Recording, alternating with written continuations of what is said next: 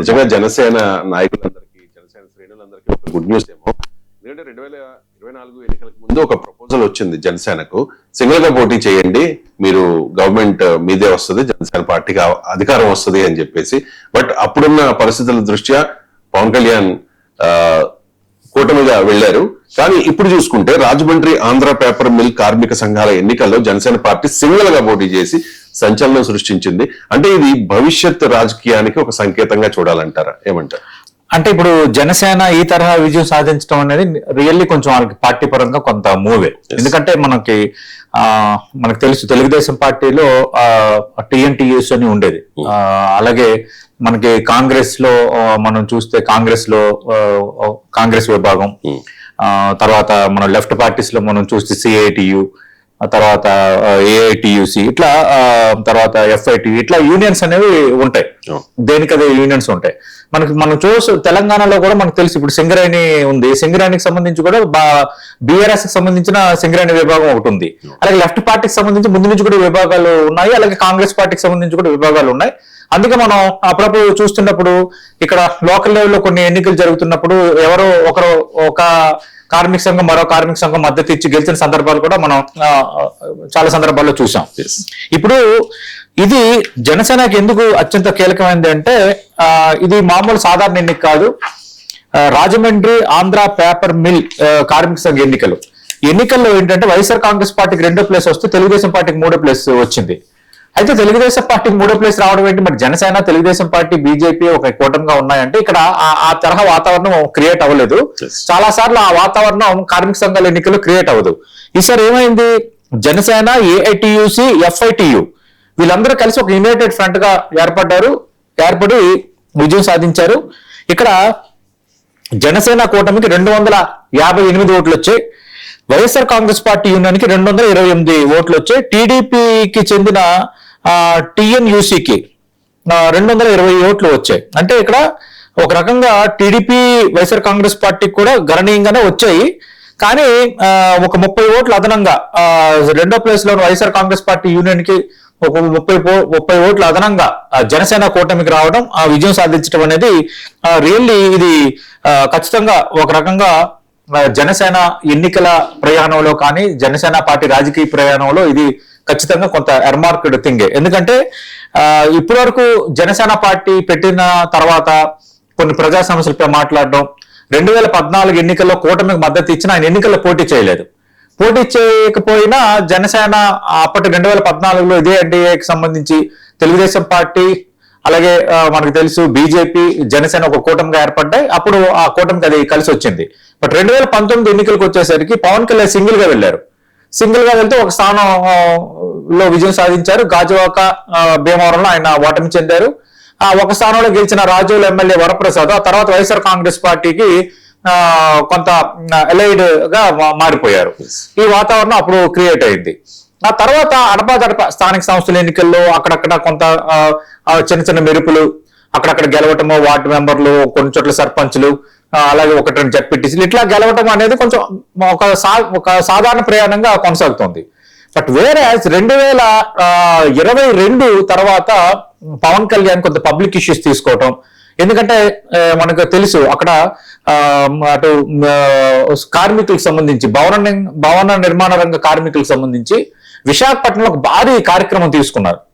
ఆ తీసుకున్న కార్యక్రమానికి జనసేన పిలుపునిచ్చిన నేపథ్యంలో జనసేన అలాగే తెలుగుదేశం పార్టీ చాలా మంది పాల్గొనటం, పవన్ కళ్యాణ్ విశాఖపట్నం వెళ్ళటం, అక్కడ పోలీసులు అడ్డుకోవటం, అక్కడతో కొంత ఏంటంటే రాజకీయంగా కొంత ఇష్యూ పెద్దదైంది.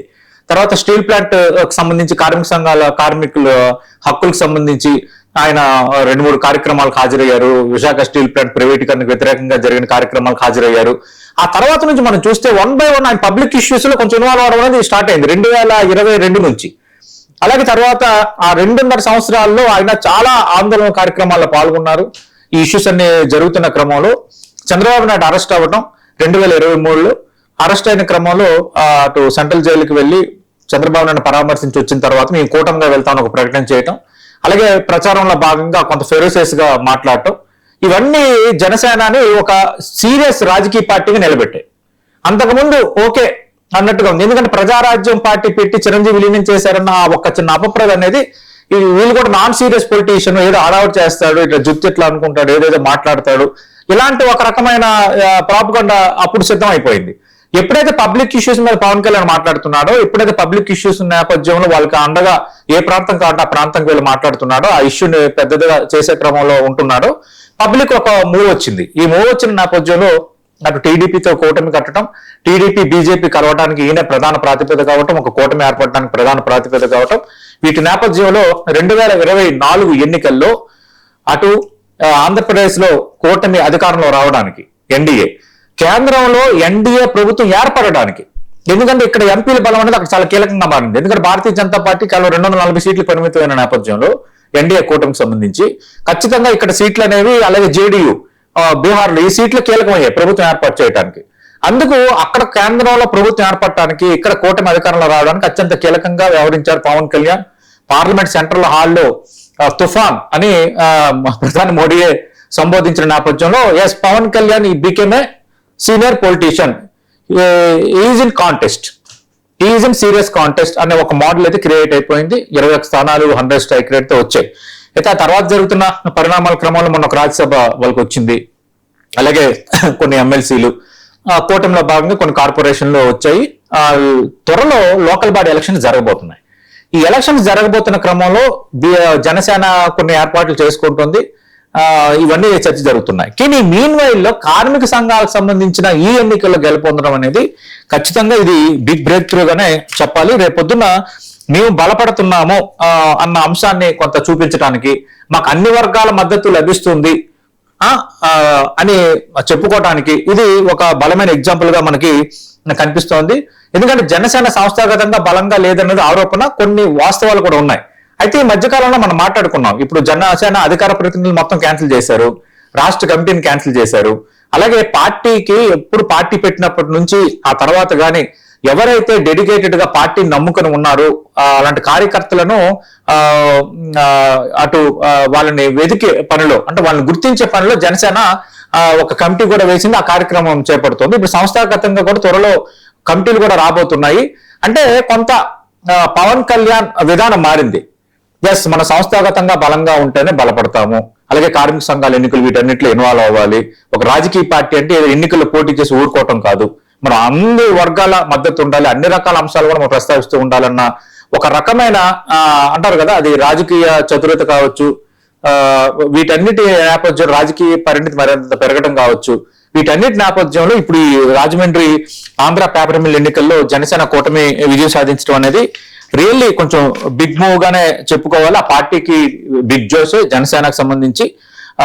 రెండోది ఇప్పుడు రాబోతున్న లోకల్ బాడీ ఎలక్షన్స్ లో కూడా కొంత అంటే కూటమిలో భాగంగా ప్రొపోర్షనేట్ గా కొన్ని సీట్లు రావచ్చు, కేటాయింపులు ఉండొచ్చు, కానీ మరికొంత అడగడానికి కూడా ఇది ఒక అవకాశం అయితే కనిపిస్తోంది. సరే, ఇక్కడ చాలా మంది అప్పుడే రకరకాలుగా సోషల్ మీడియాలో రాయడం స్టార్ట్ చేస్తారు. ఇక్కడ టీడీపీ వేరేగా పోటీ చేసింది, వైఎస్ఆర్ కాంగ్రెస్ పార్టీ వేరేగా పోటీ చేసింది, జనసేన ఏమో అక్కడ ఎవరెవరితో కలిసింది, ఏఐటీయూసీతో ఎఫ్ఐటీఏతో కలిసింది, ఒక యునైటెడ్ ఫ్రంట్ గా ఏర్పడ్డారంటే ఇప్పుడు కార్మిక సంఘాల ఎన్నికల్లో ఇవన్నీ జరుగుతూ ఉంటాయి, రకరకాలుగా జరుగుతూ ఉంటాయి.